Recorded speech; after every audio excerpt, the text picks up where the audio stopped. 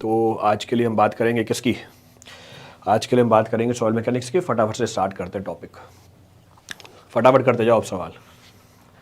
आज भी मैराथन होगा, रोज ही मैराथन, लाइफ मैराथन है भाई। किस दिन मैराथन नहीं होता, रोज ही है मैराथन। तो डेली मैराथन इज देयर। चलो आगे बढ़ते हैं। So will start. क्या है? MSQ है। A cylindrical specimen of dry sand was tested in a triaxial test. Failure occurred under a cell pressure of 1.2 kg per centimeter square and a deviator stress of 3.8 kg per centimeter square. Then choose the correct options from the following. So choose the correct option. क्या क्या दिया हुआ है आपको? Problem में आपको cell pressure दिया हुआ है, cell pressure is given to you. तो सिग्मा 3 की वैल्यू दी हुई है, सिग्मा 3 की वैल्यू है 1.2।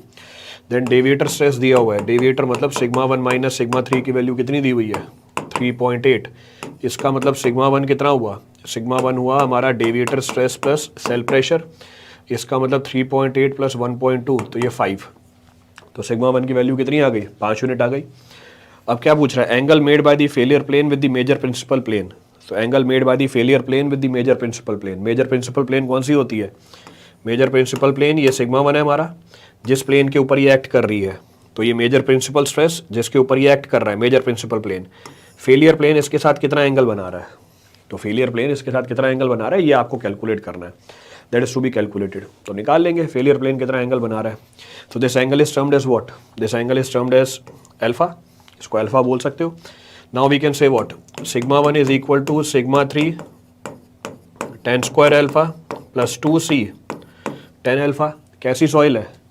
ड्राई सैंड है। ड्राई सैंड है, इसका मतलब कोहेजन कितना है? 0 है। इसका मतलब कोहेजन की वैल्यू 0 है।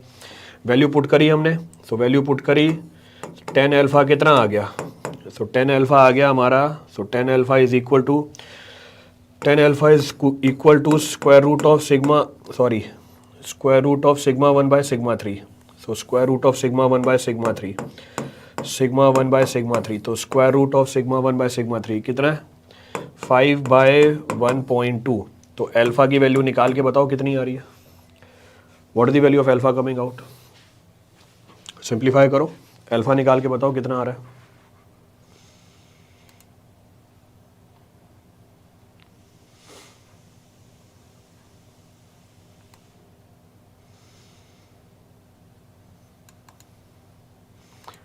ABD, आंसर भी निकाल दिया ABD। गजब, बढ़िया। What the value of alpha coming out? Alpha आ रहा है 63.89 डिग्री। तो अल्फा की वैल्यू है 63.89 degree. So angle made by the failure plane, पहला गलत हो गया। Angle made by the failure plane तो 63.89 डिग्री। तो पहला पार्ट तो ये निकल के आ गया। दूसरा पार्ट क्या पूछा हुआ है? Shear stress on the failure plane, normal stress on the failure plane. यानी अब दो चीज़ें और निकालनी है, एक शेयर स्ट्रेस भी निकालना है और एक नॉर्मल स्ट्रेस भी निकालना है। तो shear stress normal stress standard expression पता है हमें। तो शेयर स्ट्रेस नॉर्मल स्ट्रेस कैसे निकाल सकते हो? तो shear stress is equal to what? Directly अगर मुझे कैलकुलेट करना है शेयर स्ट्रेस की वैल्यू, तो shear stress on the failure plane so sigma 1 minus sigma 3 by 2 into sine 2 alpha. तो डायरेक्टली कैलकुलेट कर सकते हो। तो directly it can be found sigma 1 minus sigma 3 3.8। So 3.8 by 2 sine of 2 into 63.89 degree. निकालो shear कितना आ रहा है? What is the value of shear stress coming out? तो शेयर स्ट्रेस की वैल्यू कितनी आ गई? What is the value of shear stress coming out? Solve करो, ये आपका पार्ट है सॉल्व करना। 1.5। सो शेयर स्ट्रेस आ रहा है 1.5017। तो शेयर स्ट्रेस का स्टैंडर्ड एक्सप्रेशन है, वैसे ही नॉर्मल स्ट्रेस का भी स्टैंडर्ड एक्सप्रेशन है। तो नॉर्मल स्ट्रेस कितनी है हमारी? नॉर्मल स्ट्रेस है sigma 1 plus sigma 3 divide by 2 plus sigma 1 minus sigma 3 divide by 2 cos 2 alpha.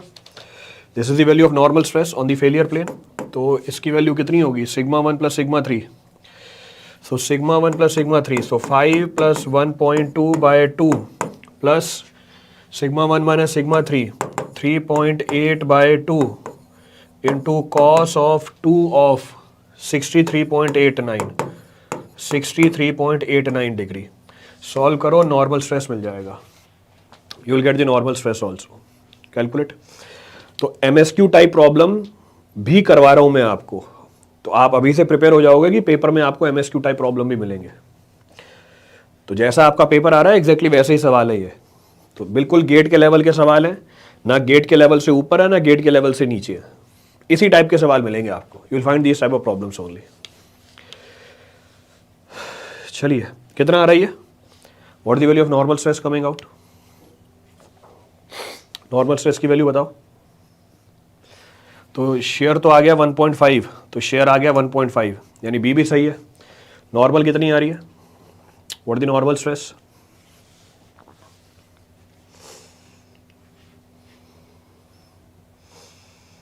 फटाफट, इतना टाइम नहीं है, this much of the time is not available. 4.99 Rohan मेरा बोल रहा है 4.99, क्रॉस वेरीफाई करना। 4.99 है, somebody cross verifies, is it 4.99?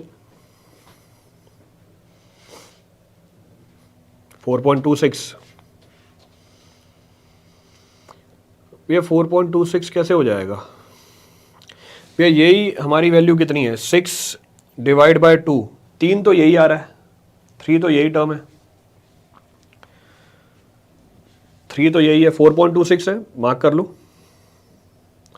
तो रोहन मेहरा कह रहा है 4.99, नितिन यादव कह रहा है 4.26। जल्दी करो यार, एक बोल रहा है 1.692। आकांक्षा, एक का भी आंसर, मतलब दो, किन्हीं भी दो का आंसर मैच नहीं किया अभी तक। 1.9 कंफर्म, दो लोगों का आ रहा है 1.9, तो दो लोगों का आ रहा है 1.936। So normal stress on the failure plane, इसका मतलब correct answer is what? B and D. इसका मतलब MSQ टाइप प्रॉब्लम के अंदर आपको हर एक ऑप्शन सेलेक्ट करके देखना पड़ेगा। तो एक ही सवाल था, 3 पार्ट पूछ लिए, अल्फा पूछ लिया, टाउ पूछ लिया, नॉर्मल स्ट्रेस पूछ ली। Normal stress is being asked, so 1.93। चलो, क्लियर है सवाल पूरा? चलें आगे, शैल वी कंटिन्यू? चलो आगे बढ़ते हैं, सो विल कंटिन्यू। नेक्स्ट है NAT टाइप प्रॉब्लम। ठीक है, अच्छी बात है, NAT टाइप प्रॉब्लम है। तो a layer of fully saturated soft clay is 5 metre thick, lies under a newly constructed building. ठीक है, fully saturated soft clay, 5 metre की थिक क्ले लेयर है, तो 5 मीटर की थिक क्ले लेयर है, ये क्ले लेयर है, थिकनेस कितनी है? 5 मीटर की है। ठीक है, lies under a newly constructed building, the wait of the sand overlying the clay layer produces a pressure. इसके ऊपर सैंड पड़ी हुई है, इसके ऊपर सैंड पड़ी हुई है। ठीक है, produces a pressure of 250 kilo newton per metre square. ठीक है, ये सैंड है, तो ये जो सैंड है कितना प्रेशर प्रोड्यूस कर रही है? यहाँ पे सैंड जो प्रेशर प्रोड्यूस कर रही है, तो प्रेशर ड्यू टू सैंड ये दे रखा है 250 यूनिट्स का। ठीक है, and new construction increases the pressure by 100। इसके ऊपर आपने कंस्ट्रक्शन करी, तो डेल्टा सिग्मा डैश कितना दे रखा है? 100 दे रखा है, तो delta sigma dash. Both calculated at the centre of the clay layer, यानी ये भी क्ले के सेंटर पे है, ये भी क्ले के सेंटर पे है। If the water content of the clay layer is 40%, specific gravity is 2.5, compression index is 0.5, the settlement of the foundation will be, clay कैसी है? सैचुरेटेड है, क्ले में डिग्री ऑफ सैचुरेशन 1 है। तो क्ले के सेंटर पे प्रेशर कहां से आएगा ओरिजिनली? तो क्ले के सेंटर पे प्रेशर ओरिजिनली आएगा, एक तो सैंड से दे रखा है 250, दूसरा क्ले का खुद का वेट, और क्ले का खुद का वेट भी कहां पर प्रेशर कैलकुलेट करोगे? इसके सेंटर पे ही। तो सेंटर ऑफ कंप्रेसिबल लेयर पे एनालिसिस होती है। तो पहले तो हम क्या कैलकुलेट करेंगे? पहले हम निकालेंगे सिग्मा नॉट डैश। तो सिग्मा नॉट डैश कितना है?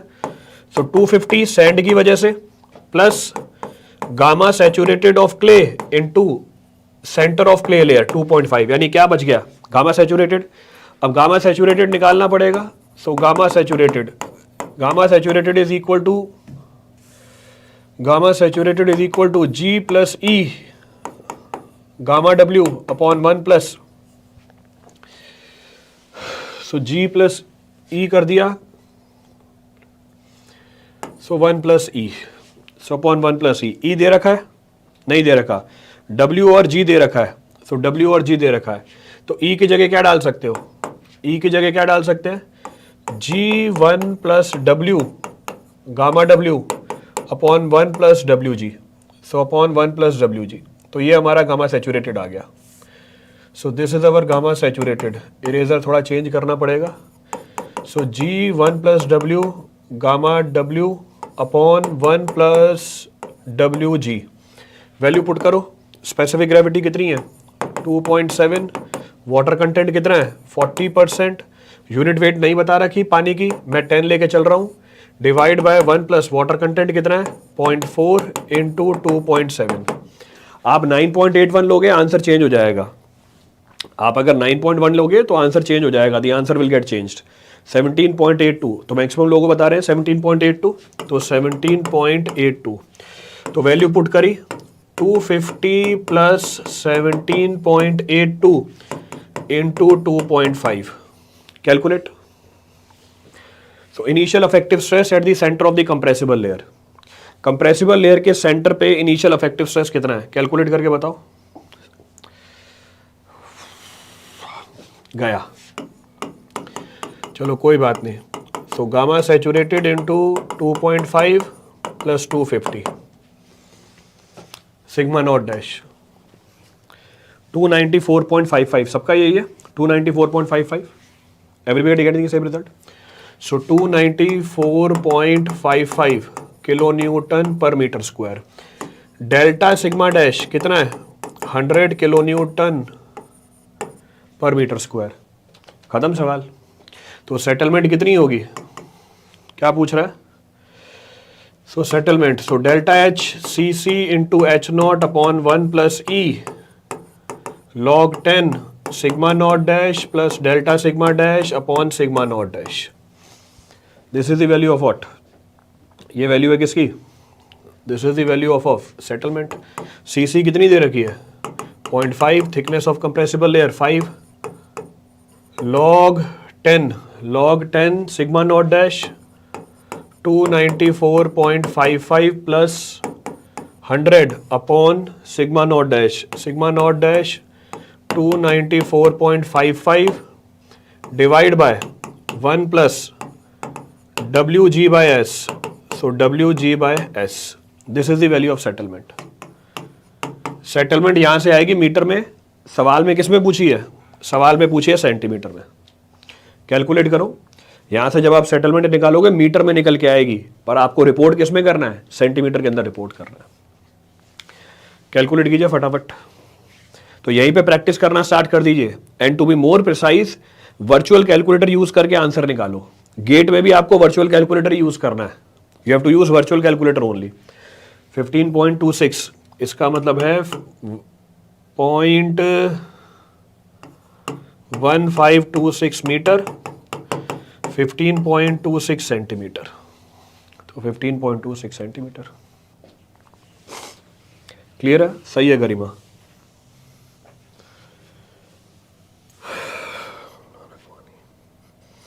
$15.26 ठीक है, सही है सबका।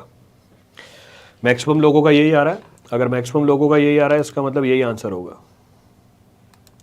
If maximum of you are getting the same result, it means the answer is also same.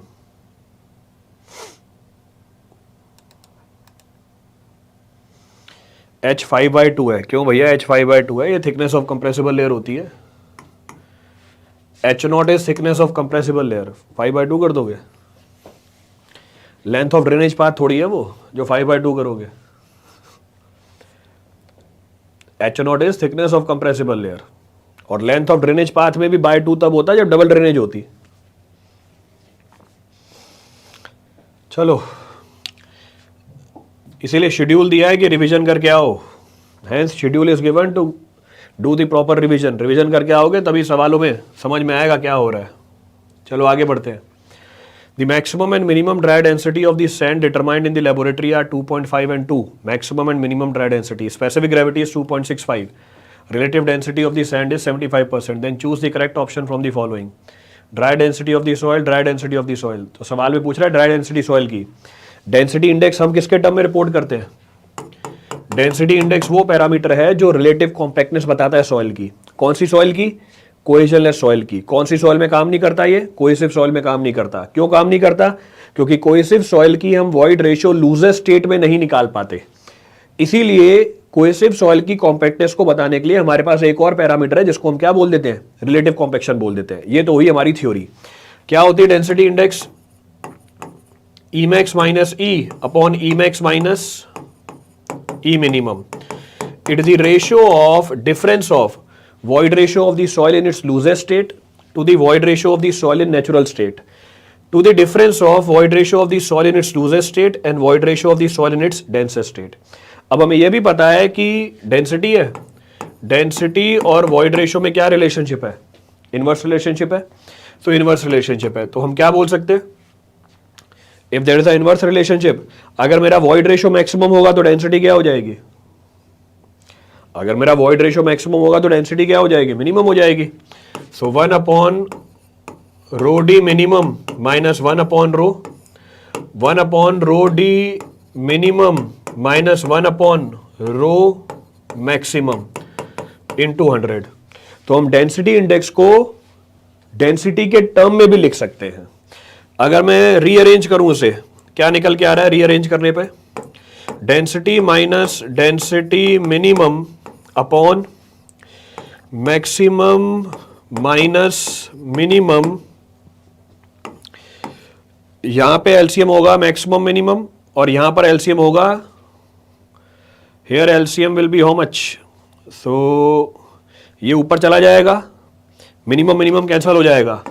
सो यहां पर आ जाएगा maximum density by density.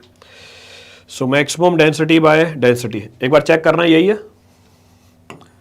This is the result which is coming out. यही आ रहा है रिजल्ट, तो मेरे हिसाब से ये रिजल्ट है। वैल्यू पुट करो। सो डेंसिटी इंडेक्स कितना है? डेंसिटी इंडेक्स है 75%। आपको क्या निकालना है? रोडी निकालना है, यही निकालना है, ड्राई डेंसिटी निकालनी है सॉइल की। तो हमें निकालनी है ड्राई डेंसिटी। मिनिमम कितनी है? मिनिमम है 2। फिर नीचे है मैक्सिमम कितनी है? 2.5। मिनिमम कितनी है? 2। देन मैक्सिमम कितनी है? मैक्सिमम है 2.5 बाय रो डी इंटू 100। इसको सॉल्व करेंगे, ड्राई डेंसिटी निकाल लेंगे। कैलकुलेट, सिंप्लीफाई करके बताओ कितना आ रहा है। तो बिल्कुल प्रॉब्लम्स आपके गेट के लेवल के हैं।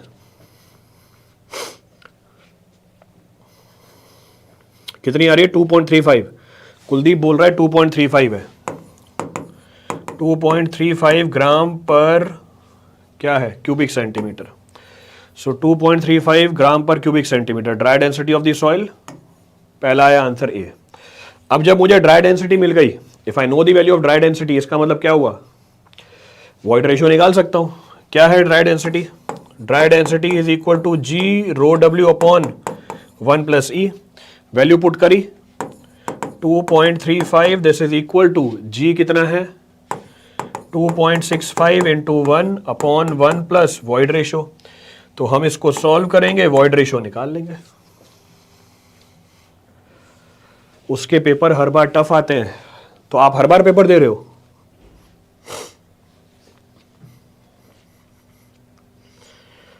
इस बार आईआईटी कानपुर खेल करेगा। अच्छा चलो कोई बात नहीं, तुम यही एनालिसिस करो। देखो, जिसको पढ़ना नहीं होता या जिसको पढ़ाना नहीं होता वो यही काम कर रहा होता है। जिसको पढ़ाना नहीं होता वो एनालिसिस कर रहा होता है, जिसको पढ़ना नहीं होता वो एनालिसिस देख रहा होता है। तो ये फिर से मैंने प्रैक्टिकल बात बताई आपको। 2015 का टफ था, तो क्यों भाई 2015 में कहां चलेगा तुम? तुम्हें तो अभी 2023 का देना है। चलो वॉइड रेशियो निकालो, कितना आ रहा है? 0.127। 0.127। So void ratio comes out to be 0.127। है कहीं पे वॉइड रेशियो इसके अंदर? In C to void ratio, in C to void ratio 0.127 है ना, 12.7%। सो 12.62%। सो 12.62% सही है।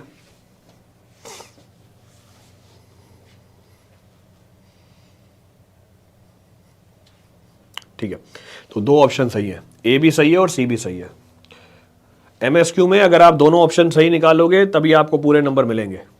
MSQ में पार्शियल सही निकाला आंसर नहीं मिलेगा, पर इसमें नेगेटिव मार्किंग भी नहीं चलती। क्लियर है? चलो ठीक है, आगे बढ़ते हैं। बहुत बढ़िया। नेक्स्ट प्रॉब्लम, 1 नंबर का MCQ। The total active thrust on a vertical wall of 3 metre height retaining a horizontal sand backfill unit weight is this much, angle of shearing resistance is 30 when the water table is at the bottom of the wall. Simple सा सवाल है। तो active thrust कितना होगा? Half KA gamma H square. KA की value 1 minus sine phi upon 1 plus sine phi into gamma H square. Value put करो, half 1 minus sine 30 upon 1 plus sine 30। Unit weight है 18 और H कितना है हमारा? 3 का होल स्क्वायर। निकालो। इसकी तो वैल्यू याद ही कर लेना, इनफैक्ट याद हो गई, ये स्टैंडर्ड है, 1/3 आती है। जब फाई की वैल्यू 30 डिग्री होती है KA 1/3 आता है, KP 3 आता है, और K नॉट कितना आता है? What about the value of K naught? 0.5। K naught की वैल्यू 0.5 निकल के आती है। Option B 27। Option B 27।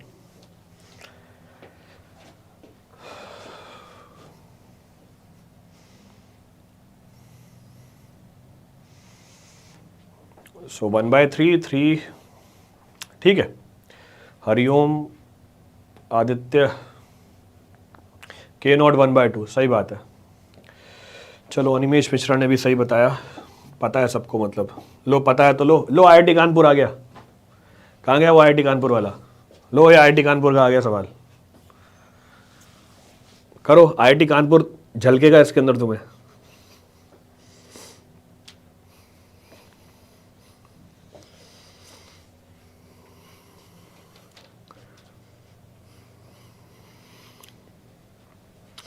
क्या पूछा? Stability analysis is done by method of slices for 1:√2 slope on the critical slope gave the following result। अच्छा, stability analysis कर रखी है मेथड ऑफ स्लाइसेस से। So it is done with the help of what? Method of slices. क्या क्या है? Sum of tangential forces 150 kilo newton, sum of the normal forces तो summation of T given है, summation of normal forces given है, summation of neutral force यानी pore water pressure, summation of what?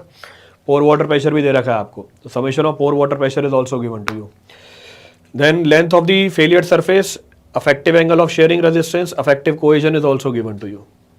The factor of safety with respect to the shear strength up to 2 decimal. Calculate करो factor of safety.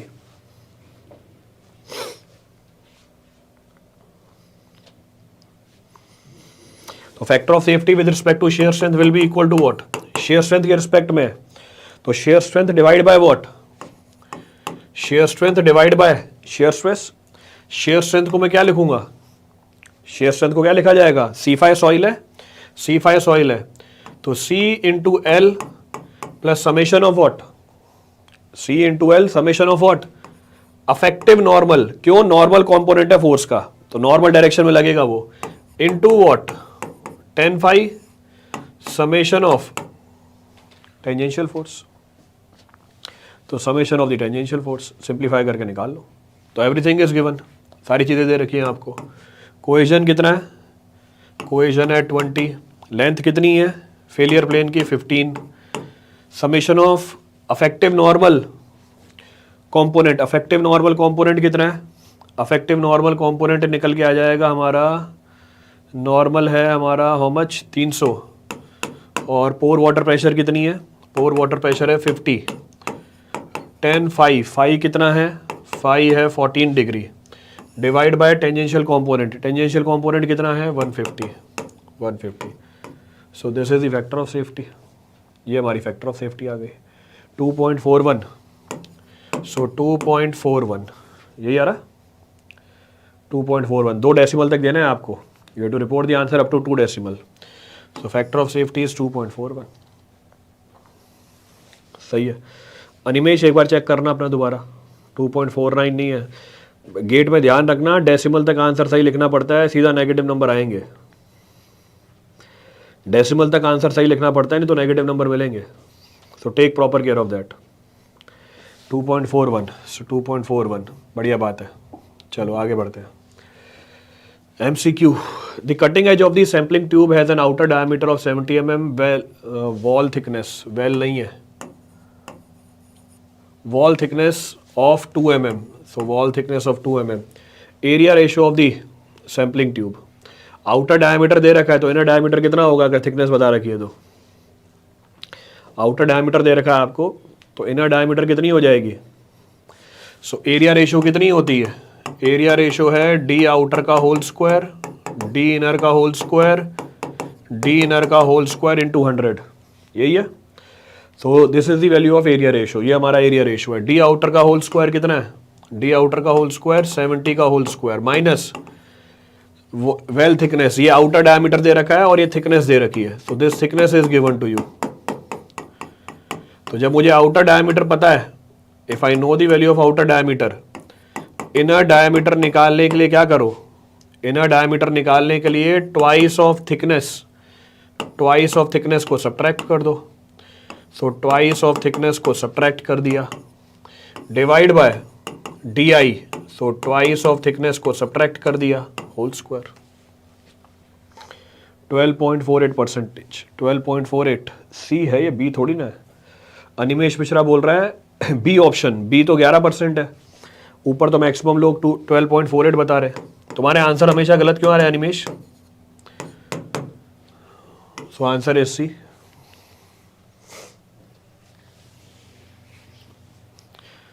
.111 कहाँ से निकाल लिया भाई, देखो सबका 12.48 आ रहा है, एवरीबडी इज गेटिंग 12.48।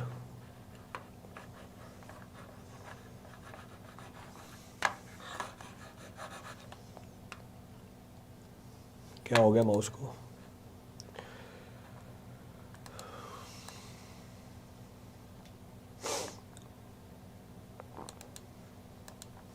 क्लियर है।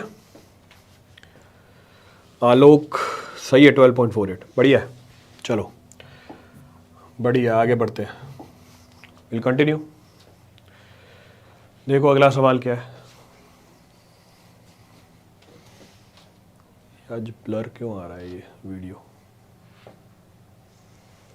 तो मेरा नेट नहीं आ रहा होगा। चले चलो आगे बढ़ते हैं। A loading of 40 kilonewton per meter square is acting on annular foundation of width 5 meter. The internal diameter is 10 meter and the vertical intensity at a depth of 10 meter below the center of the foundation. Same ही पीछे वाला सवाल है, same पीछे वाला सवाल है। Circular loading की वजह से विड्थ दे रखी है और इंटरनल डायमीटर दिया हुआ है आपको, इंटरनल डायमीटर दिया हुआ है ये। सो डी इंटरनल दी हुई है और ये आपको विड्थ दी हुई है, विड्थ इज गिवन। आपको यहाँ पर क्या निकालना है, वर्टिकल स्ट्रेस निकालना है सिग्मा जेड, और एनुलर लोडिंग है ये। एनुलर मतलब बीच में ओपनिंग है। तो किसका सवाल है, बोसनस थ्योरी, बोसनस थ्योरी वर्टिकल स्ट्रेस का, वर्टिकल स्ट्रेस का। तो सर्कल की वजह से सेंटर पे स्ट्रेस कितना होता है, या सर्कुलर लोडिंग की वजह से, या यूनिफॉर्मली डिस्ट्रीब्यूटेड सर्कुलर लोडिंग की वजह से सेंटर पे स्ट्रेस कितनी होती है। तो हमें पता है sigma Z is equal to Q 1 minus 1 upon, expression बताओ, sigma Z is equal to Q 1 minus 1 upon, so 1 minus 1 upon 1 plus R by Z का whole square. So R by Z का whole square raise to the power what, raise to the power 3/2। So raise to the power 3/2, 3/2 ज़्यादा ऊपर लगा दिया। So raise to the power 3/2, so it comes out to be raise to the power 3/2। अब ये general expression है, this is general expression. अब मुझे annular loading की वजह से निकालना है। अब एनुलर लोडिंग की वजह से निकालना है, क्या करना पड़ेगा, आउटर वाले इंटेंसिटी ऑफ लोडिंग में से इनर वाली इंटेंसिटी ऑफ लोडिंग को सब्ट्रैक्ट करना पड़ेगा। इसका मतलब पहले मुझे क्या निकालना पड़ेगा, आर आउटर आर इनर। तो इनर डायमीटर कितना दे रखा है, इनर डायमीटर दे रखा है 10, तो इनर रेडियस कितना हो गया 5। आउटर डायमीटर कितना हो जाएगा, आउटर डायमीटर हो जाएगा 10 + 2 टाइम्स ऑफ 5, इसका मतलब 20। तो आउटर रेडियस कितनी हो जाएगी 10। अब तो सिंप्लीफाई है, अब तो सिंप्लीफाई हो गया, तो अब हम लिखेंगे sigma Z is equal to what, Q, bracket में गए 1 minus 1/1 plus R outer, R outer, R outer कितना है 10, और z कितनी है, z है 10, सो 10/10 का whole square raise to the power what 3/2 minus minus minus में गए 1 माइनस 1/1 प्लस आर इनर 5/10 का whole square raise to the power 3/2। Solve करो इसको पूरा, और Q की वैल्यू कितनी है, Q की वैल्यू है 40, Q की वैल्यू है 40। Subtract inner from outer. लो आ गया ये IIT कौन सा बोल रहे थे, कानपुर खड़गपुर कौन सा कर रहे थे, simplify and calculate.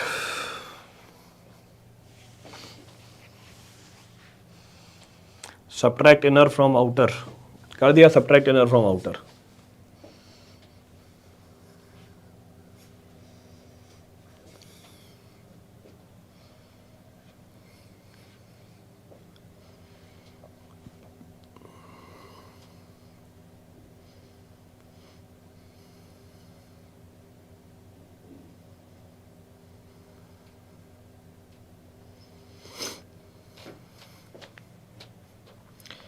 Three 3.4 cross verify करना। सॉइल की भी रिवीजन क्लास करा दीजिए। कितनी बार कराऊं भाई, आप सॉइल की रिवीजन क्लास देख लीजिए, मिलेगी यूट्यूब पे ही।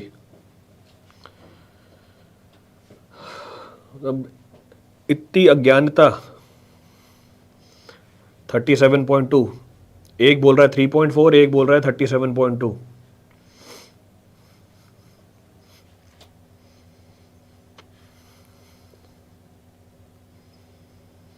एक बोल रहा है 14.47। किन्हीं भी दो लोगों का आंसर सेम नहीं आया है, आ गया 14.46, 14.46। 2 डेसिमल तक बताना है, तो 2 डेसिमल तक बताना है 14.47, 14.47, सो 14.47। तो मैक्सिमम लोगों का यही आ रहा है 14.47, सो 14.47, सो 14.47।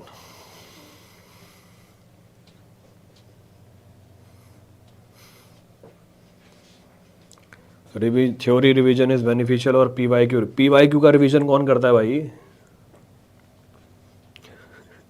ये पीवाईक्यू का रिवीजन कहां से आया। 14.47 ठीक है, मैक्सिमम लोगों का ये आ गया। चलो आगे बढ़ते हैं, continue.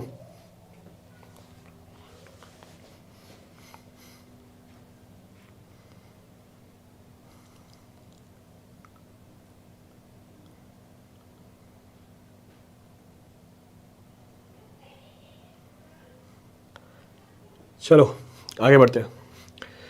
NAT, a rectangular footing is placed at a depth of 2.7 meter below the ground level, having a clay stratum of uniform cohesion along its length. If the safe bearing pressure applied at the base of the footing of dimension 3 meter by 1.5 meter is 150 kilonewton per meter square. तो safe pressure की value दे रखी है 150.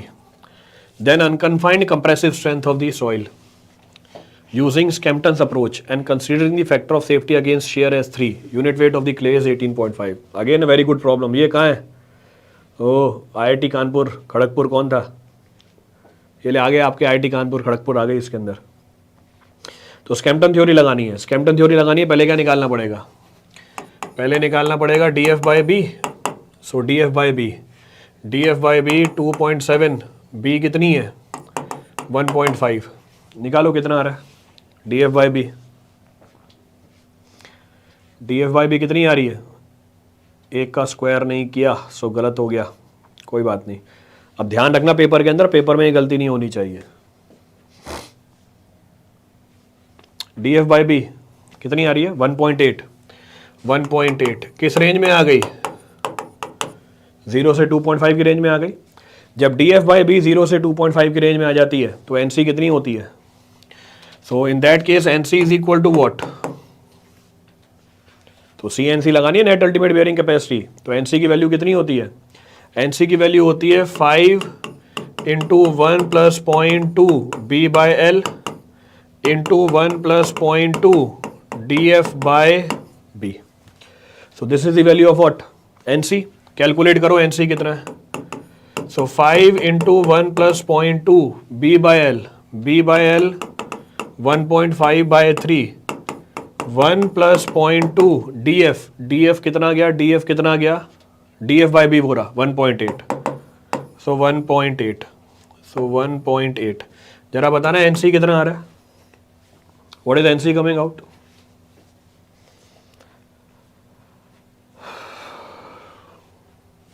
What about the value of NC? फटाफट निकाल के बताओ. 7.48. 7.48. माया ने बोला 7.48. 7.48. अब ये हमारी क्या है? सेफ बेयरिंग कैपेसिटी दी हुई है आपको. सेफ बेयरिंग कैपेसिटी किसके बराबर होती है? Safe bearing capacity net safe bearing capacity plus surcharge. So net safe bearing capacity, net ultimate bearing capacity bye factor of safety plus surcharge. और सिंप्लीफाई करें net ultimate तो पता ही है मुझे, तो आप निकाल सकते हो net ultimate bearing capacity as per Skempton theory. Net ultimate bearing capacity is equal to what? C into N C. तो सी इंटू एन सी, तो 7.48 इंटू सी, ये हमारी वैल्यू आ गई. सब्स्टिट्यूट करो वहाँ पे, सब्स्टिट्यूट करेंगे यहाँ पे, सब्स्टिट्यूट करेंगे. सो वैल्यू है 150. सो वैल्यू है 150. सो 150. नेट अल्टीमेट कितना है? नेट अल्टीमेट है 7.48 C divide by factor of safety plus surcharge की वैल्यू कितनी है? सरचार्ज की वैल्यू है gamma into D F. Gamma कितना दिया हुआ है? 18.5. और डी एफ कितनी है हमारी? 2.7. सॉल्व करेंगे, कोहेजन निकालेंगे. सॉल्व करो, कोहेजन निकाल के बताओ कितना आ रहा है. Solve this and calculate the value of cohesion.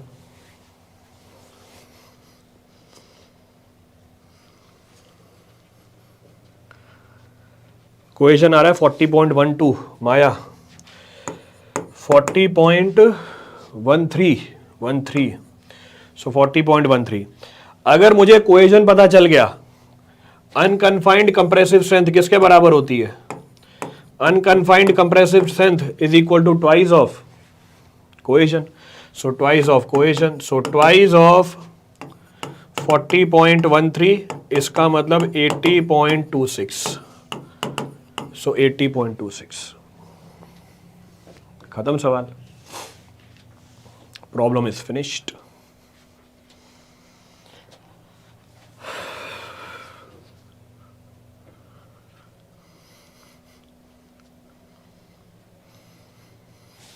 Clear है प्रॉब्लम?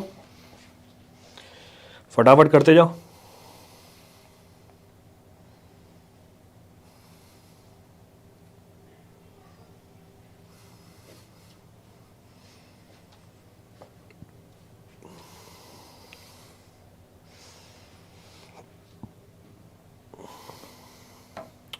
क्लियर है सवाल?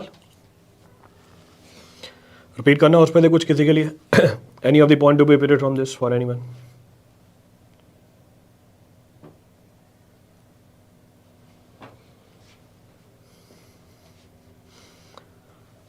$80.26. फारिस मोहम्मद. नेक्स्ट. लो भाई नेक्स्ट. इस सवाल का आंसर निकाल लिया था तुमने? लो नेक्स्ट करो. अब ये कैलकुलेट करो इसे.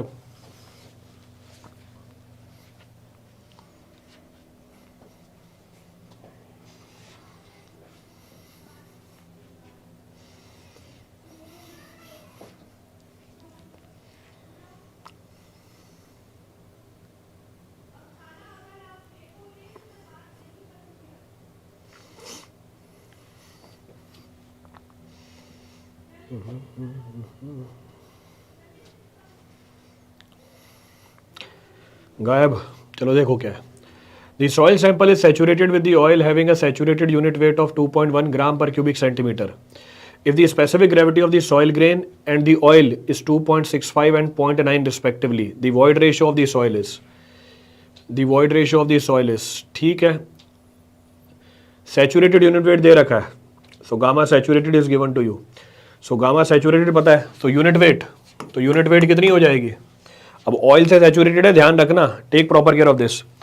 सो it will be equal to G plus E S specific gravity of the oil gamma W upon 1 plus E. ये हमारी क्या है? बल्क यूनिट वेट है। अब क्योंकि आपको गामा सैचुरेटेड निकालना है, so will say for gamma is equal to gamma saturated, degree of saturation कितनी पुट कर दो? 1 पुट कर दो। Put the value of degree of saturation equals to 1। So gamma saturated दे रखी है आपको, सो गामा सैचुरेटेड दे रखी है आपको, सो गामा सैचुरेटेड दे रखी है, कितनी है? 2.1। सो 2.1 स्पेसिफिक ग्रेविटी कितनी है?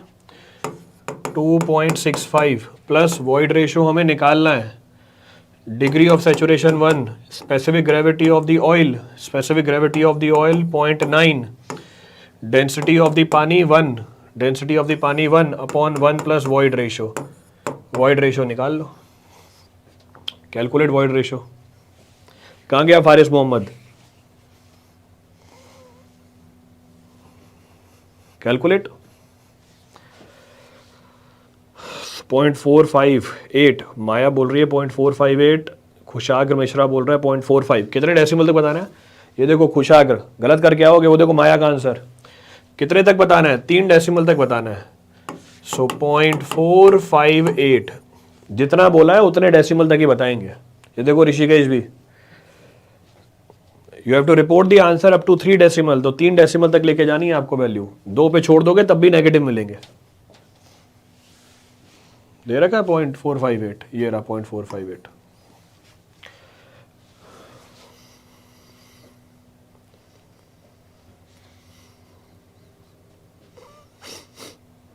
क्लियर है प्रॉब्लम?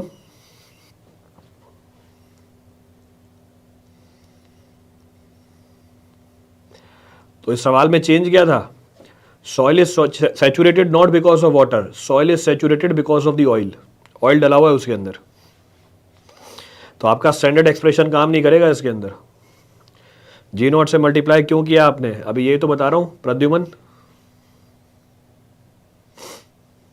जी नॉट से कैसे मल्टीप्लाई हुआ? ये देखो अंकित शुक्ला के साथ, इसलिए मल्टीप्लाई हुआ क्योंकि पढ़ते नहीं हो। अरे भैया ये ऑयल से सैचुरेटेड है ना, it is saturated with oil.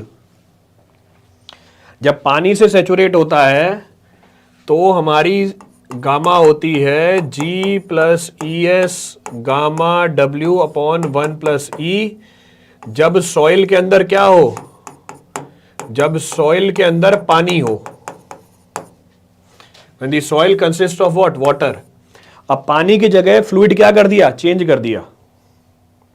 Clear है चीज? Numerical fill in the blank वाले क्वेश्चन भी नेगेटिव मार्क? अरे नहीं होता भाई नेगेटिव मार्क, वो है ना क्या कहते हैं, एनएटी टाइप है ना, कोई नेगेटिव मार्क नहीं है। तो ये कैसे आया? ये कैसे आया? लो डिराइव कर देता हूं। पता था आधे लोग तो इसमें ही गायब हो जाएंगे। वो उससे पूछो मोहम्मद फारिस से। मोहम्मद फारिस बताना इनको कैसे आया। Let suppose this is the soil sample, ये सॉलिड, ये हमारा ऑयल, ये सॉलिड और ये एयर। तो यही होती है 3 phase diagram basic. Let suppose volume of solid को मैंने 1 मान लिया, ये हमारा वॉल्यूम ऑफ वॉइड है, this is our volume of void. तो ये हमारी वॉल्यूम ऑफ वॉइड है, so this is our volume of void. तो E is equal to what? Volume of void to the volume of solid. So volume of void to the 1, this is equal to volume of void. Clear है? Water plus oil, volume of void. ठीक है, next point of reference, next point of reference volume of soil, volume of void plus volume of solid. इसका मतलब volume of void plus 1, this is equal to E plus 1। तो E plus 1। Unit weight of the soil, so bulk unit weight of the soil, this is equal to weight of soil divide by volume of soil. Weight of soil is equal to weight of solid plus weight of oil divide by volume of soil. Volume of soil आपने ऊपर निकाल रखा है। Wait of solid कैसे निकालूं? Weight of solid, weight of solid, specific gravity of solid is equal to what? Specific gravity of solid is equal to unit weight of solid to the unit weight of water. Divide by unit weight of water. So weight of solid to the volume of solid to the unit weight of water. Volume of solid कितना ले रखा है? Volume of solid कितना ले रखा है आपने? 1. तो 1. इसका मतलब weight of solid is equal to specific gravity into gamma W. तो ये आ गया. Weight of solid is equal to specific gravity into gamma W. So this is equal to specific gravity plus gamma W. क्या बचा मेरे पास? Weight of oil. A weight of oil. Specific gravity of the oil is equal to weight of oil. So specific gravity of the oil is equal to unit weight of oil to the unit weight of water. Unit weight of oil is equal to weight of oil to the volume of oil to the unit weight of water. So to the unit weight of water. Next आगे क्या है? आगे इसी की analysis करनी है हमें. We have to do the analysis of this. अब मुझे चाहिए weight of oil. Weight of oil कैसे निकालूं भाई? weight of oil. Weight of oil is equal to, so weight of oil is specific gravity of oil into volume of oil into gamma W. क्या बच गया बस हमारे पास? What is being left? अब मेरे पास बचा है volume of oil. The only point of reference is to calculate the volume of oil. अब volume of oil कैसे निकालूं वहां से? How can I calculate the volume of oil? मुझे वॉल्यूम ऑफ ऑयल कैलकुलेट करना है, तो वॉल्यूम ऑफ ऑयल कैलकुलेट करूंगा, यहां पे सब्स्टिट्यूट करूंगा. सो this is 1 + E. Problem is finished. तो वॉल्यूम ऑफ ऑयल कैसे निकाला जाए? कैलकुलेट करो फटाफट, निकाल के दो. अब आगे आपके ऊपर छोड़ दिया. सर डेरिवेशन करा दीजिए. डेरिवेशन करा तो दी. Derivation I have discussed. आ गया? नहीं आया? मुझे निकालना है volume of oil. So take the help of what? Take the help of degree of saturation. So degree of saturation. Degree of saturation क्या होगा इस बार? What about degree of saturation? Volume of oil to the volume of void. इसका मतलब volume of oil is equal to degree of saturation into volume of void. और volume of void किसके बराबर है? Volume of void is equal to E. तो यहां पे क्या लिखेंगे हम? Specific gravity of the oil. Volume of oil की जगह लिखूंगा S into E into gamma W. तो ये हमारी बन गई unit weight. So unit weight comes out to be how much? Unit weight comes out to be, वो expression आ गया हमारा ऊपर वाला. गामा W कॉमन निकाल लिया. गामा W अपॉन 1 + E और ब्रैकेट में क्या बना? G. वो देखो G प्लस E और क्या है? G + E S into G0. तो यही एक्सप्रेशन था हमारा. This was the expression. सो ये हमारी एक्सप्रेशन है. तो ये स्पेसिफिक ग्रेविटी आ गई ऑयल की. This was the specific gravity of the oil. तो अब नोट्स चेक करो. नोट्स में आपको मिल जाएगा ये expression. Check the notes, you will get this expression. इस सवाल में ऑयल दिया हुआ है. In this problem oil is given, पर वो पानी को किसी और लिक्विड से भी रिप्लेस कर सकता है. तो जैसे ही पानी को रिप्लेस कर देगा किसी दूसरे लिक्विड से, यहां पर स्पेसिफिक ग्रेविटी उस लिक्विड की आ जाएगी. You will use the specific gravity of that liquid only.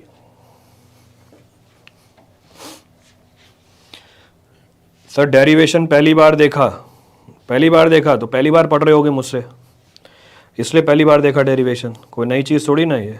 Nothing is new in this.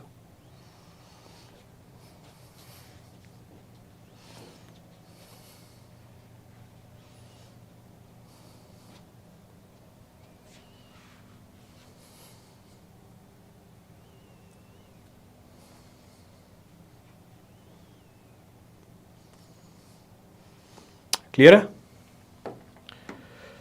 Repeat करना उसमें से कुछ? Any of the point to be referred from this?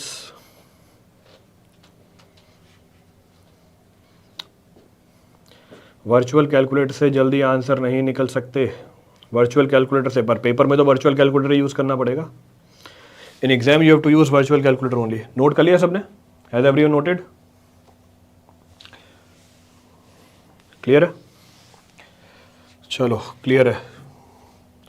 आ गया ये IIT कानपुर. यही था IIT कानपुर. मुश्किल सवाल बनाता है IIT कानपुर. तो कोई मुश्किल नहीं है, बस थोड़े बहुत चेंजेस हो जाते हैं. उन चेंजेस को आप मुश्किल बना देते हो, बस और कुछ नहीं होता। तो आपके लिए मुश्किल हो जाती है वो चीज़। चलो देखो नेक्स्ट ऑफ द प्रॉब्लम, अगला सवाल। नेक्स्ट प्रॉब्लम क्या है?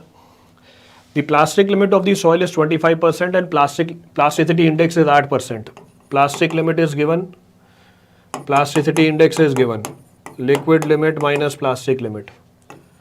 So WP is 25, IP liquid limit minus plastic limit is 8. इसका मतलब liquid limit कितना हो गया? 33%. When the soil is dried from its state at plastic limit, the volume change is 25%. तो volume change कितना हुआ? 25%. तो जब आप उसको ड्राई करोगे प्लास्टिक से, यानी volume of plastic minus volume of dry soil is equal to how much?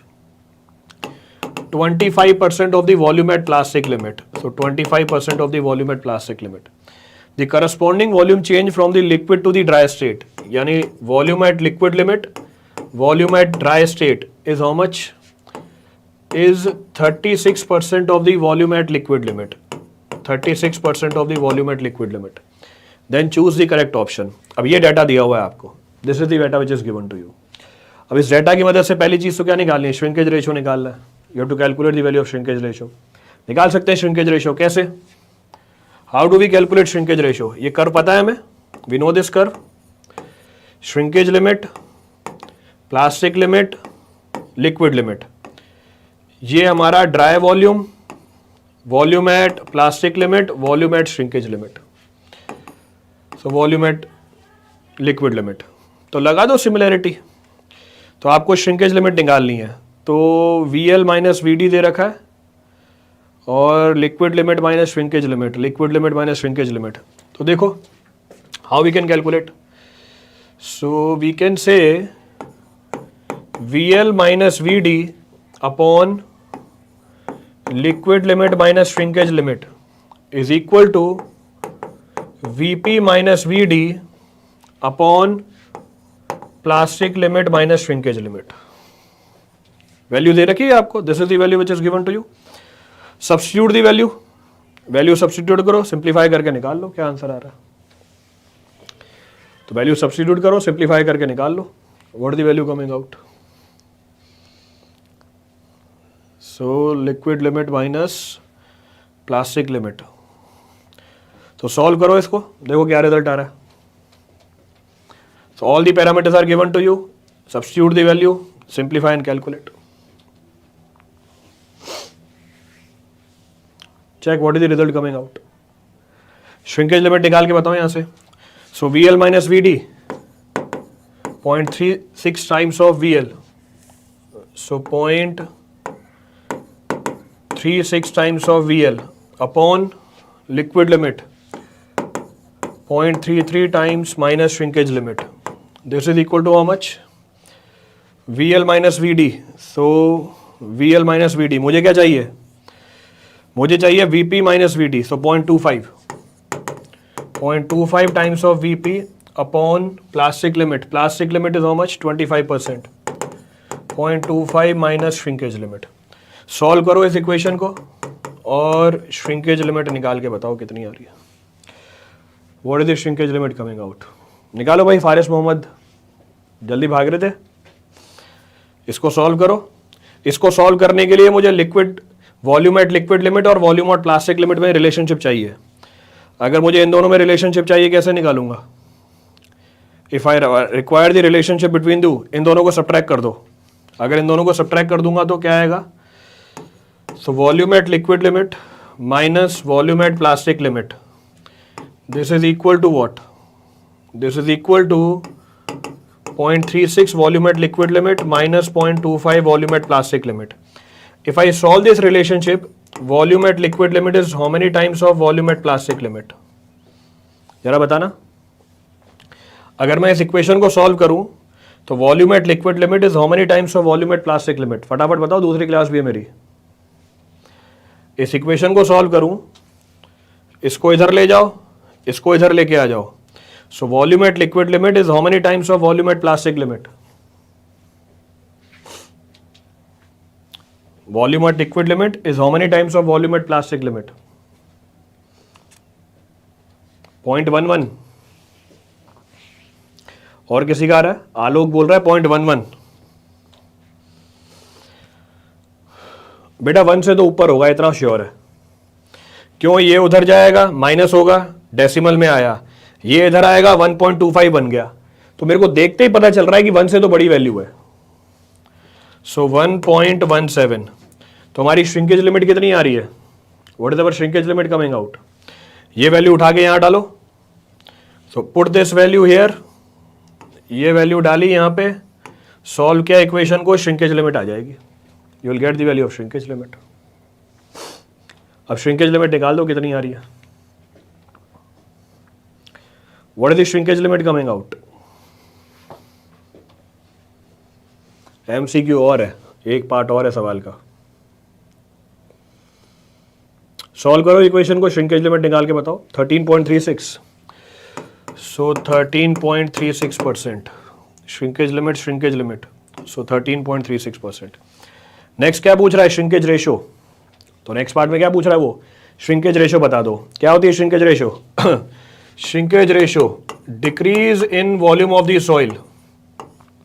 तो decrease in the volume of the soil corresponding to its dry volume to the change in water content. Liquid limit minus shrinkage limit. निकालो ये shrinkage ratio कितना आ रहा है। What is the shrinkage ratio coming out? So VL minus VD is how much? ये लिखा हुआ है volume at liquid limit minus dry volume. ये कैलकुलेट करके दो कितनी आ रही है वैल्यू। सो liquid limit minus shrinkage limit निकाल लिया आपने, कैलकुलेट करो ये रिजल्ट कितना आ रहा है।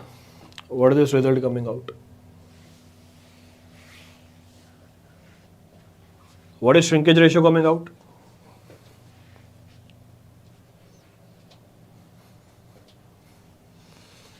ये श्रिंकेज रेशियो की वैल्यू कितनी आ रही है?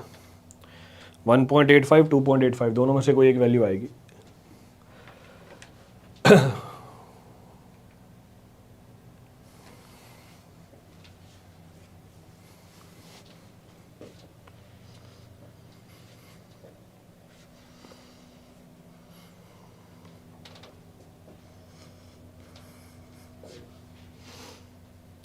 क्या रिजल्ट आ रहा है?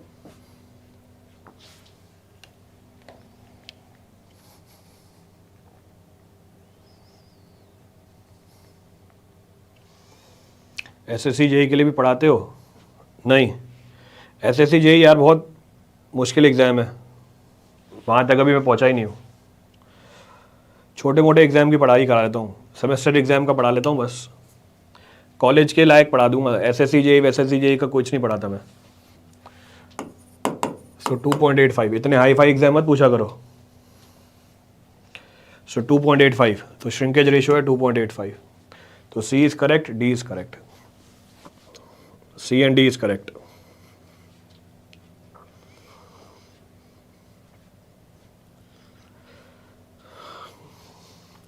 चलो बचे हुए सवाल आगे करते हैं स्पेशल क्लास में। Rest of the problems will discuss in special class.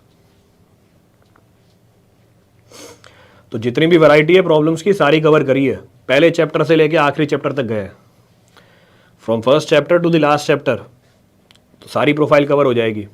बचे हुए सवाल स्पेशल क्लास में करते हैं। जो प्रॉब्लम की शीट है 8 बजे, जो प्रॉब्लम की शीट है वो आपके ग्रुप पे शेयर कर देता हूँ रोज मैं। टाइम टेबल भी आपके ग्रुप पे शेयर किया हुआ है, time table is also being shared. जो भी प्रॉब्लम्स हैं वो MCQ नहीं, वो PYQs नहीं है, these are not PYQs। Timing बेटा शुरू में बताया तो था। VD कैसे निकालेंगे? VD के टर्म में लिखोगे ना, VL माइनस VD, VD के टर्म में लिखोगे। VL माइनस VD यहां से निकालो ना भाई।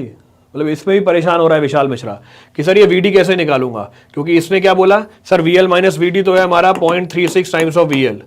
अरे भाई VD यहां से नहीं निकाल सकते क्या? VD कितना है? इसको उधर ले जाओ भाई, इसको इधर लेके आ गया, इसको उधर लेके चला गया, कितना आ गया? 0.64। मतलब इसमें भी परेशान हो रहा है कि VD कैसे निकालेंगे। ये रहा, यहां से निकालोगे ना VD VL के टर्म में, कट गया VL VL।